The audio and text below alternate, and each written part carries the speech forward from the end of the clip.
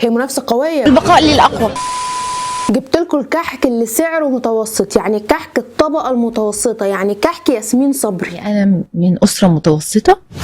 النهارده هنقارن بين اتنين من الاسعار المتوسطه في عالم الكحك، وهو ابو محرم ومونجيني.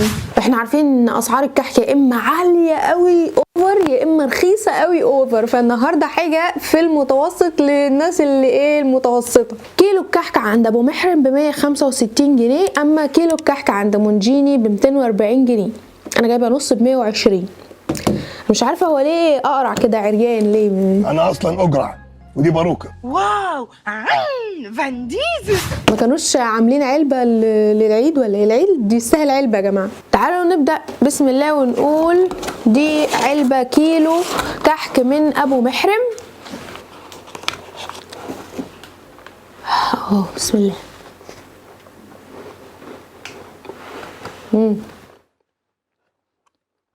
الكحكايه بتدوب، فيها ريحه كحك على بسيط كده وفيها سمسم ناعمه قوي، طعمه حلو. ابو محرم من الناس اللي انا بقيت اقدرها قوي لان الكواليتي بتاعته عاليه وسعره رخيص. تعالوا نشوف مونجيني لاني اول مره في حياتي اجربه في الكحك، وكحكه مش رخيص ومش غالي قوي. بسم الله.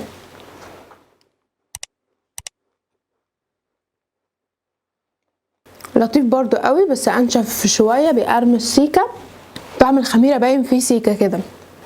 انا بفضل الكحك الناعم، فيه برضو ريحه كحك وفيه سمسم وفيه حركات، تحس ان الكحكايه كده بتديك طعم كده مختلف. النقطه دي تروح لابو محرم. تعالوا نشوف البسكوت. نيجي بقى للمشكل. عند ابو محرم في علب مشكل، انا جايبه علبه كيلو ميكس مشكل ب 160 جنيه، سعرها كويس قوي قوي، اقل من المتوسط كمان. اما عند مونجيني فهو ما بيبيعش مشكل اصلا. انا لسه هشكل لك يا عم، ما تعصبنيش، كبر مخك. فجبت من كل حاجه نص كيلو، فنص كيلو البسكوت ب 120، نص كيلو الغريبه ب 140، نص كيلو البيتي ب 190. ده ما طلعش بتاع الناس المتوسطه ولا حاجه، الاسعار غاليه ليه كده؟ ما تجلجنيش بالله عليك. لا ربنا ما يجيبش قلق. تعالوا نفتح ونقول بسم الله. ده المشكل بتاع ابو محرم، فيه كحك وبسكوت بالشوكولاته وبالبرتقال وبالفانيليا وغريبه وبيتي فور. طبعا احنا دقنا الكحك، ندوق بقى البسكوت. بسكوت نشادر من ابو محرم. بسم الله.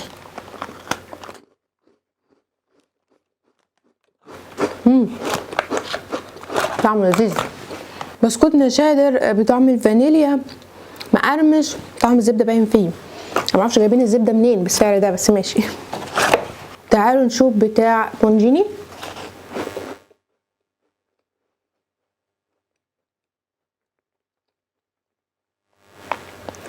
مفرول قوي قوي قوي قوي قوي. لا عجبني بتاع ابو محرم اكتر بصراحه. مفرول، ده مفرول قوي بزياده، مش ماسك نفسه كده. البيتي فور، فين البيتي فور هنا؟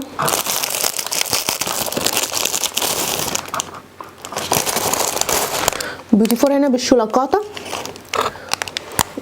كله بالشوكولاته بقى، يعني هو نوع واحد بقى، مش 160 جنيه، مش هتشترونا يعني. بسم الله.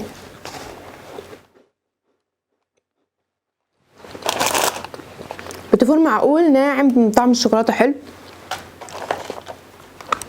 تعالوا ندوق بتاع مونجيني، حاط فيه مكسرات مجروشه، دي حاجه حلوه قوي.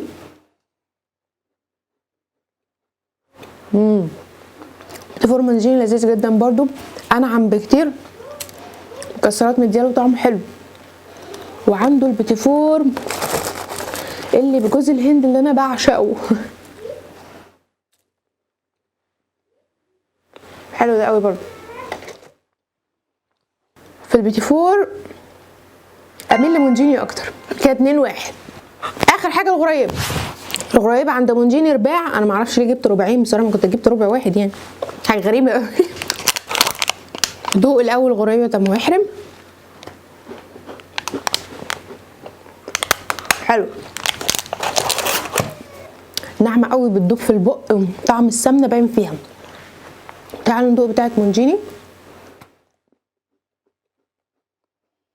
هايله برضو، بس طعم السمنه عند ابو محرم اقوى.